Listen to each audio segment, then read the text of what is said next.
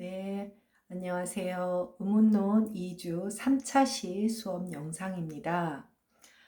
지난 시간에는 분절음, 그 가운데 이제 음성과 음소의 차이에 대해서 배웠었어요. 정의적 개념을 배웠었는데, 이번 차시에서는 이음에 대해서 먼저 배워보기로 하겠습니다. 이제 이 이음이라고 하는 것은 다른 말로 변이음, 또 좀 더 정확한 표현은 변이음인데요. 이 소리는 좀 아주 소박하게 이야기를 하면 음소와 음성의 중간 개념이다. 네, 그러니까 음소는 아니에요. 음소는 아니지만 그렇다고 또 음성이라고 할 수도 없는, 네, 학생들이 좀 이 개념에 대해서 낯설어 하기도 하는데요. 그래서 이 이음, 즉 변이음, 알로폰이라고 하는데, 이 소리는 정의적인 개념은 PPT 6쪽에 제시한 바와 같이 한 음소를 이루는 음성들을, 한 음소를 이루는 음성은 음성인데 한 음소를 이루는 음성들을 이음 혹은 변이음이라고 이렇게 부릅니다. 이렇게 들으니까 도대체 이게 음성하고 어떻게 다른 건지, 음성들 가운데 어떤 소리들이 이음이 되는지 변이음이 되는지 좀 막연한데, 한 예를 지금 들어놨어요. 자, 지금 일단 기호에 슬래시 안에 들어있죠. 사선 기호 안에 들었으니까 이 P는 음소예요. 문자 비읍이 되겠죠. 한글 문자 비읍에 해당하는 양순 폐쇄음이라는 그 음소가 되는데, 이 음소의 실현은 한국어에서, 이제 한국어의 경우죠. 한국어에서 세 가지로 실현이 돼요. 음절의 초성, 음절의 첫소리, 초성. 어두라는 말은 간혹 이 표현도 이제 낯설어해서 뭐냐라고 질문하는 친구들이 있는데, 어두는 단어나 형태소의 첫머리를 말을 합니다. 그러니까 비 이러면 이것은 이제 어두 초성이 되겠죠. 어두 초성. 어두 초성의 경우가 있어요. 그래서 어두 초성의 경우는 여기 이제 가까로가 있죠. 가까로. 그러니까 음소를 이루는 음성을 변이음이라고 한다고 했으니까, 일단 음절 초성의 어두에 나타나는 소리는 이제 이런 각괄어를, 예를 들면 바 이런 소리가 되고요. 음절 초성은 초성인데 어두가 아니에요. 우리 아까 말했던, 지난 차시에 말했던 왜 나비 얘기했었잖아요. 이처럼 음절 초성이 아닌 비어두는 어두가 아니다. 단어의 첫머리가 아닌 공명음 뒤니까 공명자음들이나 아니면 유성음인 즉 모음들 뒤겠죠.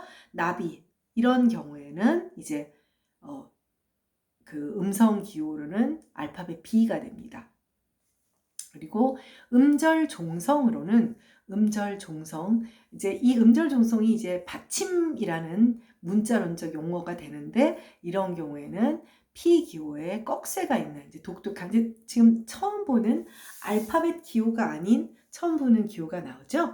이것은 음절의 한국어 음절 말음, 한국어의 음절 종성은 이런, 그러니까 이제 아직 여러분들이 배우지 않았으니까 이 기호로만 일단 소개를 하는데, 용어로는 미파음, 불파음 이렇게 불러요. 뒤에서 다시 한번 또 나올 테니까, 일단은 여기서 여러분들이 기억을 해야 할 것은 단일한 음성들의 그런 용어보다는 변이음이 뭐냐라는 거예요. 지금 보니까 어때요? 음절 초성의 어두, 음절 초성이긴 한데 비어두 공명음 뒤, 그리고 음절 종성. 근데 각각의 환경에서 음성으로 나타나는 소리들은 다 다르죠. 그쵸? 기호가 아예 다르다는 건 뭐냐면 음성학적인 차원으로 발음이 다른 소리라는 거예요. 발음이 다른 소리죠. 근데 이 다른 환경에서 다른 음성으로 실현되는 이 세 가지 소리가 하나의 음소, 즉 비읍이라는 문자, 지금 사선기호 안에 들어있는 하나의 음소를 이루는 것이죠. 그러면 하나의 음소에 이 세 가지의 변이음이 들어가 있는 거예요. 이 변이음들이 하나의 음소를 구성한다고 생각하면 되겠죠. 그래서 일단은 그 기호에 대한 소개를 보면, 한글은 음소 문자이기 때문에 음소 이 P는 비읍으로도 쓸 수 있다. 뭐 음소 표시, 음성 표시 이렇게 여러분들이 일단 이해할 수 있도록 정리를 해놨어요. 그러니까 지금 여기서 여러분들이 기억을 해야 할 것은 뭐냐면 분명히 음성이잖아요. 우리가 지난 2차 시에서 이야기할 때 가까로 안에 들어있는 것은 음성이다 라고 배웠어요. 근데 음성은 임성인데 변이음, 이음은 이 변이음이라는 음성은 어떤 존재냐? 서로 다른 환경에서 출현해서 이걸 모으면 하나의 음소가 되는 거예요. 근데 여러분도 보다시피 바, 나비, 밥 할 때의 소리들이 자, 밥만 보세요. 밥의 경우 밥이라는 형태소, 즉 단어에 음절 초성일 때가 있죠. 바 할 때. 그때의 소리야. 그 다음에 밥. 종성의 그 비읍의 소리가 다르다고 느끼면서 살아왔나? 그렇지가 않죠. 만약 여러분들이 다르다고 생각했으면 세종 멍충이 그랬을 거 아니에요. 전혀 다르다고 느끼지 않은 것이죠. 같은 음소에 우리의 인식 단위인 한 음소의 변이음이기 때문이에요. 실제로는 이 세 가지 음절 초성, 어두 음절 초성, 비어두 음절 초성, 음절 종성의 이 각각의 음성들은 음소 비읍을 실현하는 각각의 음성들은 딱 한 가지 음성적 특징만 딱 한 가지 음성적인 자질만 차이가 나요. 그래서 우리는 그 자질의 차이보다는 공통점이 훨씬 많기 때문에 같은 소리라고 인식하고 그렇기 때문에 서로 다른 환경에 출현하는 이 변이음들을 묶어서 하나의 음소로 이해를 하게 되는 거예요. 그래서 예를 들면 밥의 경우 먼저 물론 뒤에 가서 다시 배우겠지만 지금 간단히 우리가 이 두 소리의 딱 한 가지 차이를 금방 알아챌 수가 있어요. 자, 바 해볼까요? 바. 자, 선생님이 천천히 하는데 양순. 두 입술이 부딪히고 닫히고 벌어지는 과정이 보이죠? 바.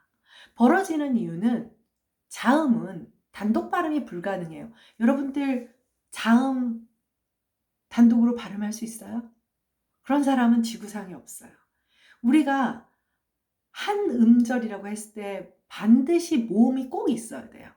반드시 모음이 꼭 있어야 되거든요. 왜 그러냐면 자음은 컨서넌트라고 하죠. 써넘이라는 말이 공명음이라는 뜻이에요. 모음이라는 거죠. 그러니까 컨은 함께라는 뜻이잖아요. 그러니까 반드시 음절의 핵심이 될 수 있는 모음이 있어야 한다라는 뜻이에요. 자음은 단독으로 자기 혼자 발음이 될 수가 없어요.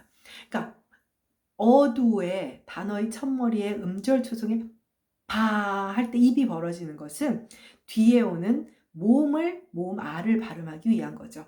그래서 음절 초성에 오는 이 소리는 반드시 공기를 개방해야 돼요. 바. 입이 벌어지면 어떻게 돼요? 공기가 밖으로 나오게 되죠. 이런 비읍 소리를 외파음이라고 해요. 공기가 밖으로 이제 나오게 되니까. 그럼 반대로 이번에는 밥에서 초성 비읍을 빼고 앞 해보세요. 앞. 이번엔 어떻게 되죠? 입을 벌리고 R을 발음하기 위해서 입을 벌리고 그 다음에 입을 다물게 되죠. 자, 한번 해보세요. 앞. 가만히 있으면 우리 숨 못 쉬어서 죽어요. 계속 얘기했잖아요. 자, 모음을 말하기 위해서 개방을 하지만 음절 말음에 오는 이 소리는 입을 다물어요.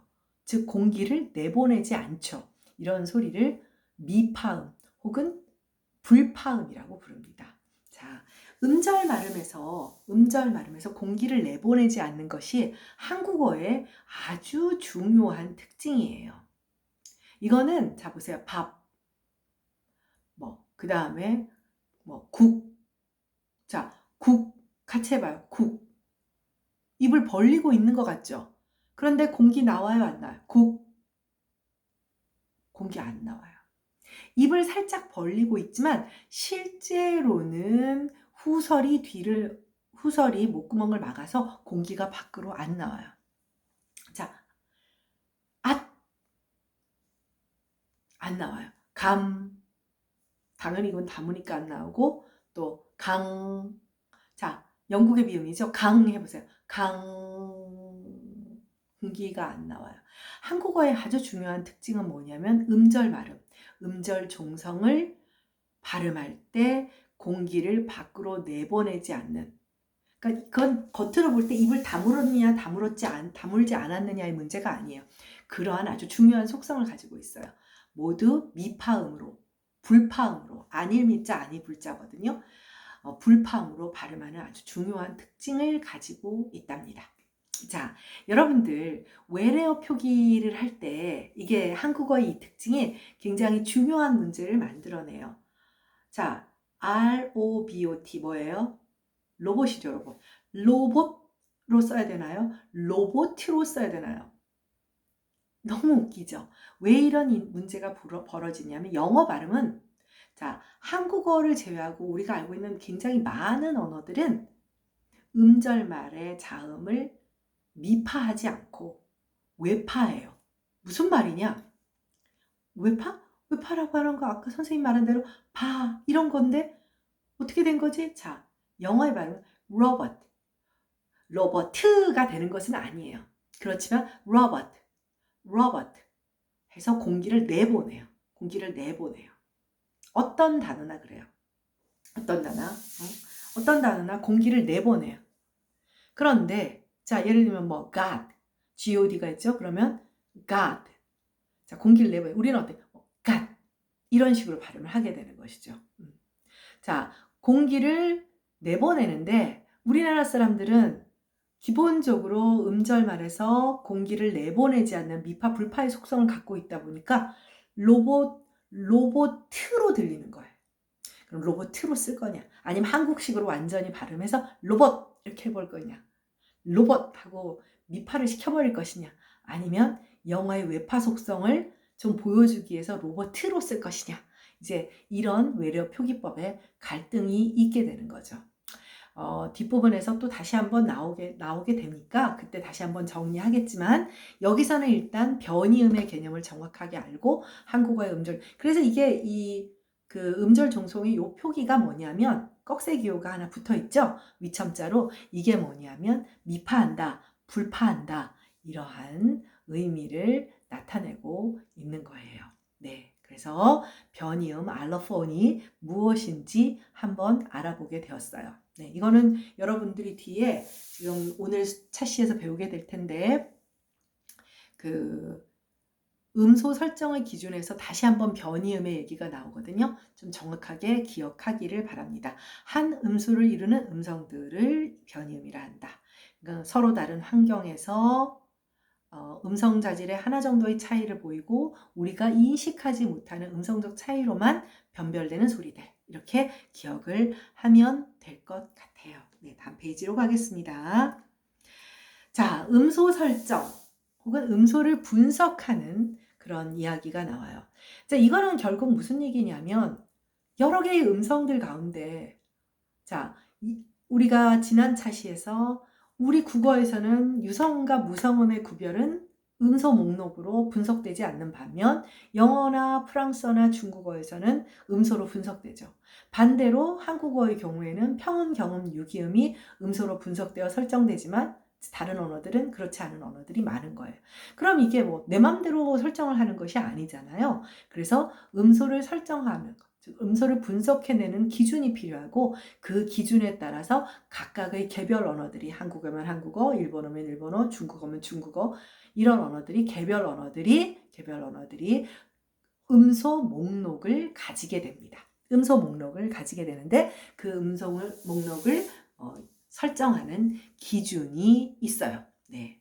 그래서 아마 중고등학교 때도 아마 배웠을 것 같긴 하지만, 그래서 일단 음소 설정, 음소 분석이란 한 언어에 나타나는 음성들을 조사하고 분석해서 음소 목록을 작성하는 작업을 이야기합니다. 작성하는 작업을 이야기하고요.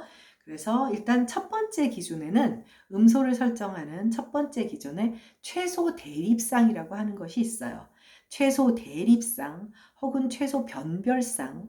그러니까 사실 여기서 이제 대립이란 용어도 영어 어포지션의 그 번역인데, 우리가 대립한다 그러면은 정치권이 대립한다. 굉장히 이렇게 뭐랄까 서로 막 팽팽하게 맞서면서 싸운다라는 개념으로 좀 이해가 되는데, 언어학의 용어에서의 어포지션, 즉 대립은 그런 개념이 아니라 서로 다르기 때문에 구별된다라는 의미예요. 근데 구별이라는 표현을 쓰면 되는데, 변별이란 사실 일본식 한자어인데요. 정말 유감스럽게도 여러분들 굉장히 많은 그런 우리 한자어들이 19세기 말까지는 중국식 한자어가 들어오지만 20세기 이후는 식민지 지배를 받으면서 일본식 한자어가 굉장히 많이 들어오게 돼요. 많이 들어오게 돼서 우리가 사용하고 있는 국어학의 이 한자어 용어들도 다 일본식 한자 용어들이 굉장히 많습니다. 이게 뭐 그래서 식민 지배라고 하는 게 단순하게 뭐 30년 지배를 받은 게 문제가 아니라 오랜 세월 동안 그 흔적과 영향력을 남기게 되는 거죠. 그래서 사실은 이제 변별이란 말도 굉장히 이제 좀 일반적으로 우리가 좀 쓰기에는 좀 어쨌든 사실 구별하고 비슷한 말이에요. 구별하고 거의 같은 말인데, 최소 구별상 이런 말을 쓰지 않고요. 최소 대립상 혹은 최소 변별상, 그러니까 즉 대립은 변별된다, 구별된다. 그런데 어떤 세트, 이때의 쌍은 꼭 두 개를 말하는 게 아니에요. 어떤 세트인데 이것도 또 번역이 페어라는 말이 되어가지고 네, 세트를 의미를 합니다. 그래서 일단 음소를 분석하는 가장 손쉬운 방법은 대립을 이용하는 것이다. 자, 예를 들면 물이라는 단어와 굴이라는 단어의 의미는, 자, 우리 물하고 굴이 다른 단어라는 거 여러분 다 느끼고 있죠? 근데 일반적으로 이제 뭐 우리가 생각하기엔 서로 다른 단어잖아. 근데 생각해보면 중성우와 종성유음, 리을이라는 문자가 나타내는 유음은 동일해요. 그럼 뭐만 다르죠? 음절 초성만 다른 거예요. 물 할 때는 양순비음, 그 다음에 굴 할 때는 영국의 폐쇄음이라고 하는 음절의 초성만 다른 것이죠. 그러면 물과 굴의 의미를 바꿔주는 것은 뭐 이때의 굴은 먹는 굴이 됐건 뭐 동굴이 됐건 똑같아요. 어찌 됐건 간에 이 단어들의 의미를 구별해 주는 것은 음절의 초성인 거죠. 즉 분절음이 음성 하나가 이 단어의 의미를 구별해 주는 거죠. 우리가 앞에서 음소를 뭐라 그랬어요? 원어민이 모국어 화자가 인식하는 단위라고 했잖아요. 근데 그 인식이라고 하는 것은 결국 뭐냐면 뜻이에요, 뜻. 의미를 구별할 수 있다라는 것을 말을 하는 것이죠. 뜻이에요. 뜻이기 때문에 결과적으로 물이라는 단어와 굴이라는 단어의 의미는 이 음성 두 개의 음절 초성의 대립으로 의미 변별을 하기 때문인 거죠. 그래서 대립은 변별, distinction을 이끌어내어서 대립한다와 변별된다는 동일한 의미가 됩니다. 그러니까 대립을 싸운다라는 의미로 여러분들이 생각하면 안 돼요. 이게 이제 사실은 이런 대립의 개념은 뭐냐면, 뭐 여러분들이 이렇게까지 깊이 공부할 건 없지만, 구조주의라고 하는 그런 학문 분야가 있었어요. 뭐 structuralism, structure라는 개념, 이제 굉장히 20세기 이후에 굉장히 중요한 개념이죠. 중요한 개념인데, 이 구조주의 개념, 뭐 지금 여러분들 뭐 구조라는 말 모르는 사람 아무도 없잖아요. 그래서 뭐 구조에서 나온 뭐 위계, 뭐 하이어라키, 뭐 시스템, 뭐 여러 가지 뭐 패턴, 패러다임 이런 얘기들이 다 구조와 관련된 건데, 사실 이게 언어학에서 비롯된 그런 개념이에요. 우리 지난 2차 시에서 세그먼트 배웠잖아요. 세그먼트가 이제 분절인데, 분절하는 것을 세그멘테이션이라고 해요. 그래서 형태소 우리 언어 단위 배우면서 뭐 형태소 분석하고 음소 분석하고 이런 걸 배우게 되었잖아요. 그러면서 가시적인 구조를 분석하게 된 거예요. 그것이 이제 언어학, 인류학, 사회학, 뭐 하다못해 물리적인 여러 가지 건축학 이런 것도 가면서, 사실 이제 구조의 개념을 용어로 규정되지 않았을 뿐 이제 곧 과거로부터 알고 있었죠. 그런데 그것을 이제 어떤 개념으로서 이제 규정한 것이 이제 20세기 이후에 페르디낭드 소시르라고 하는 언어학자에 의해서, 스위스의 언어학자에서 규정됐고, 이 사람이 언어학자이기 때문에, 네. 그래서 얘기가 좀 다른 데로 갔는데, 어쨌든 이 구조주의에 유럽 구조주의와 미국 구조주의가 있어요. 예, 유럽 구조주의와 미국 구조주의가 있는데, 그냥 뭐 이거는 뭐 시험에서 물을 건 아니니까 편하게 듣는다면 유럽 구조주의에는 프라그 학파, 프라하요. 여러분들 이제 체코의 프라하 알고 있죠? 그 다음에 미국의 구조주의는 블룸필드 학파라고 해서 또 그런 다른 학파가 있는데 한국의 이 언어학적인 연구는 유럽 구조주의의 영향을 많이 받게 되었어요. 근데 그 프라그 학파, 특히 음운론이 이제 프라그 학파 영향을 많이 받았는데 프라그 학파에서 음소를 설정하는 기준이 바로 어퍼지션, 대립인 거예요. 근데 이제 그 용어는 서로 다른 음소들은 대립한다. 그 대립을 통해서 의미의 변별을 하는 의미 변별의 기능을 한다. 그래서 기능주의다. 언어학의 기능주의다. 의미 변별의 기능을 한다. 그래서 언어학의 기능주의다라고 이야기를 합니다. 네. 이 이야기도 하려고 그러면 끝도 없기 때문에 그 다음에 다음 진도로 넘어가도록 하겠습니다. 그래서 한 분절음만 뭐 잠이 됐던 모음이 됐던 뭐 어쨌든 초성이 됐던 중성이 됐던 종성이 됐던 뭐 물, 불, 풀, 뿔 같은 단어들은 최소 대립상 혹은 최소 변별상이라고 해요. 영어로는 세트인데 이게 이렇게 쌍으로 나와서 두 개만은 아닙니다. 그러면 발, 벌, 불, 볼은 뭐가 대립하고 있을까요? 모음이죠. 그쵸? 중성이 대립을 하고. 그럼 그 짐, 집, 징은 뭐가 대립을 할까요? 음절 종성이죠. 그러면 짜다와 차다는 어떻게 될까요? 짜다와 차다는 명사만 얘기하면 또 명사에만 대립상이 있나 이렇게 생각할까봐 용언 어간도 마찬가지인 거예요. 그래서 하나의 분절음이 교체되었을 때 의미가 달라지죠. 그러면 지금 여러분들 발벌불벌에 뭐 아오오가 무슨 모음이 의미가 있어요? 자음이 의미가 있어요? 얘네들은 스스로 의미는 없어요. 의미는 없지만 의미를 구별하는, 의미를 변별하는, 의미를 분화하는 그런 기능을 하는 소리를 뭐라 하느냐? 음소라고 하는 것이죠. 음소라고 하는 거예요. 그래서 앞에서 원어민이 인식한다. 결국 그 인식은 의미를 변별한다는 그런 의미가 됩니다. 네, 그래서 어떤 두 음성이 대립하면 그 둘은 서로 다른 음소에 속한다고 결정을 내리는 거예요. 그래서 최소 대립상을 가지면 그 소리들은 서로 다른 음소가 된다라는 거죠. 동일한 위치의 분절음을 교체하는 이런 방법을 치환 검증이라고 해요. 초성은 초성끼리만 바꾸고 중성은 중성끼리만 바꾸고 종성은 종성끼리 동일한 위치만 바꿔야 돼요. 동일한 위치의 분절음을 교체해서 서로 다른 대립하는 음소라는 것을 확인하는 이러한 방법을 치환 검증, 커뮤테이션 테스트라고 이야기를 합니다. 치환 검증. 커뮤테이션을 바꿔보는 거죠. 바꿔가지고 이게 각각 음소가 될 수 있느냐 없느냐를 확인하는 것. 자, 그래서 유럽 구조주의, 프라그 학파의 기능주의, 어떤 언어를 분화하는 기능주의 영향을 받은 음소 설정의 기준이 뭐냐? 바로 최소 대립상, 최소 변별상을 이용하는 방법입니다. 네, 다음 페이지로 가볼까요? 네. 사실은 이 대립을 이용하는 분석 방법이 음소를 설정하는데 굉장히 선명한 방법이에요. 서로 다르다는 게 보이잖아요. 야, 이 소리들은 서로 딱 구별을 해서 의미를 구별하는데, 왜냐하면 우리가 맨 처음에 얘기했죠. 언어라는 것은 두 개의 축을 가져요. 소리와 뜻.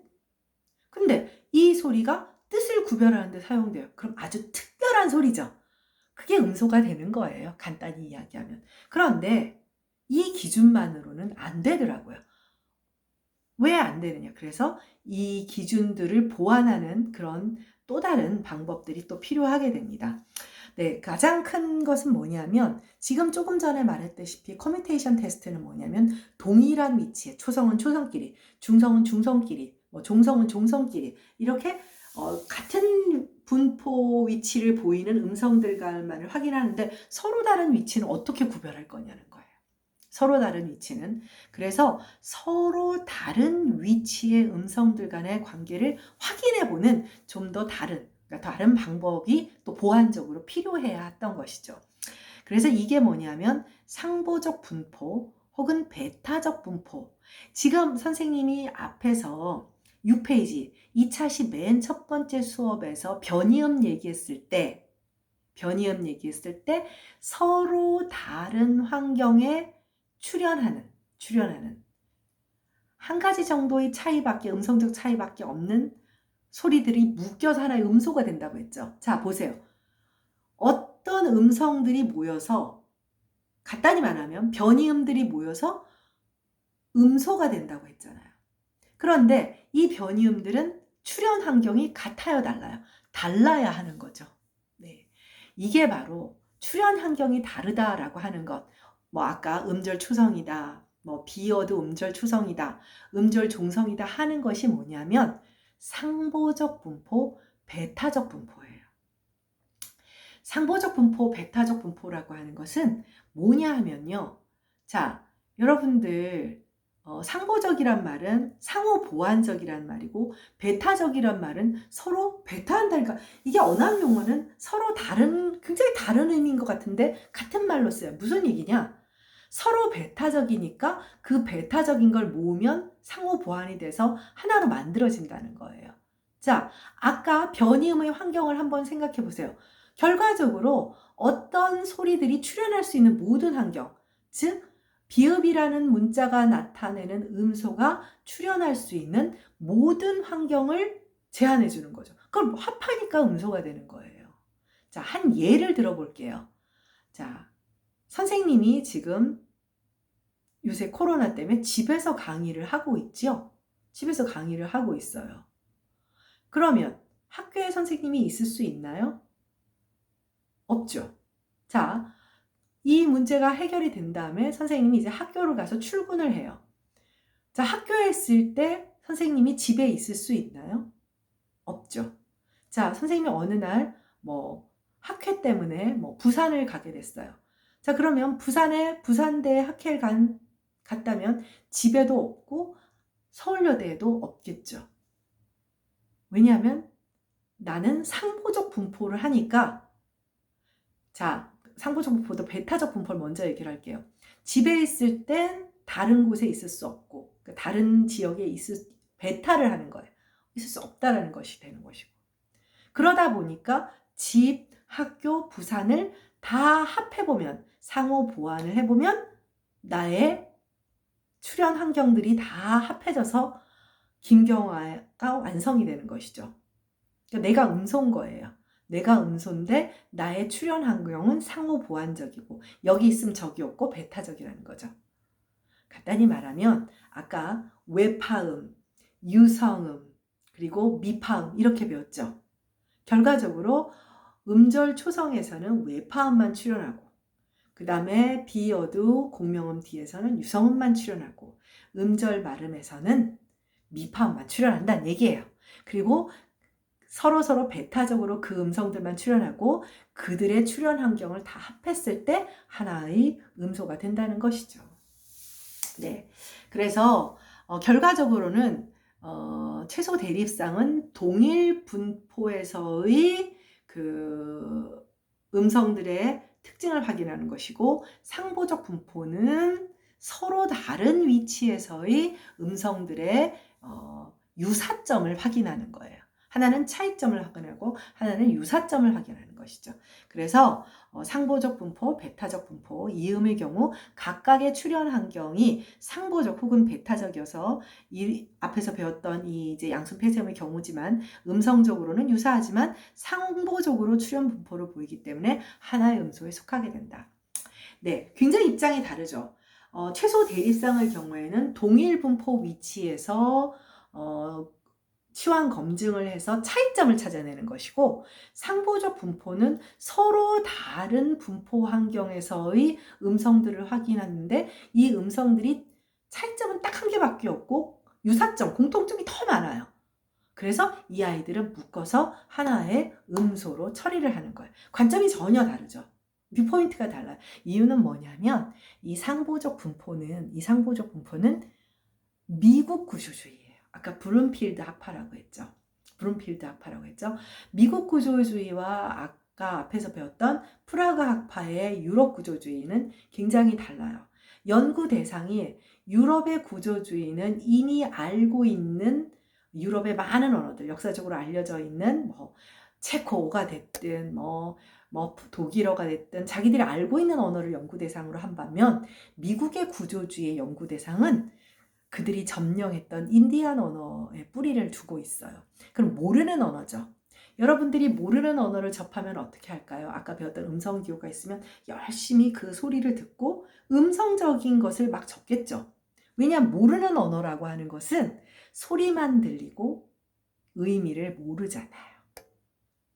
자, 의미를 모르고 소리만 들리니까 음성적인 유사점을 통해서 음소를 뽑아내는 그런 방법을 택한 거예요. 그래서 이 상보적 분포는 미국 구조주의의 다른 이름은 분포주의예요. 아까 유럽 구조주의는 기능주의라고 했죠. 이미 알고 있는 언어니까 기능을 살피는 것이고 미국의 구조주의는 분포주의가 됩니다. 그래서 미국 구조주의는 음성을 베껴 쓰잖아요.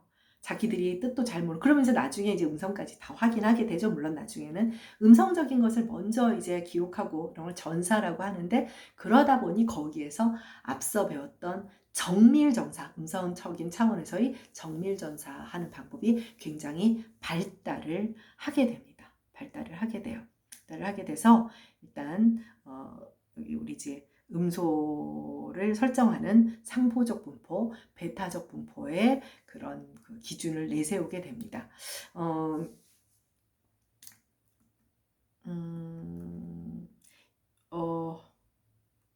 예, 이게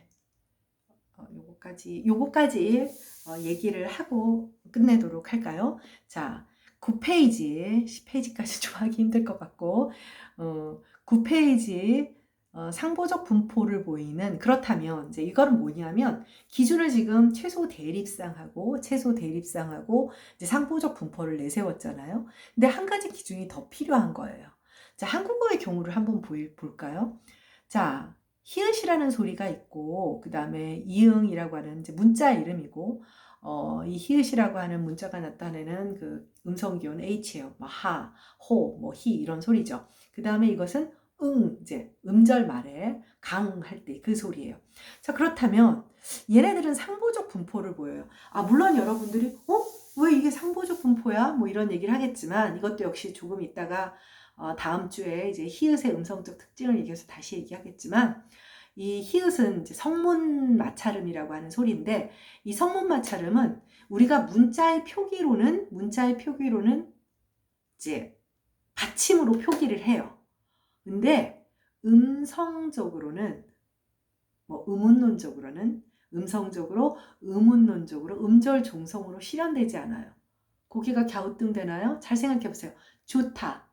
좋은이가 있어요. 좋다. 표기로는 히읗이 받침이지만 실제 발음은 유기형으로 실현돼요. 좋으니. 표기에 받침 히읗이 있자면 여러분 조흔이라고 하지 않지요. 그래서 실제로 현대 한국어에 음절 말음으로 종성으로 성문 마찰음 H 소리는 없어요. H 소리는 오로지 음성 의문론적으로는 음절 초성으로만 등장해요. 음절 초성으로만 등장해요.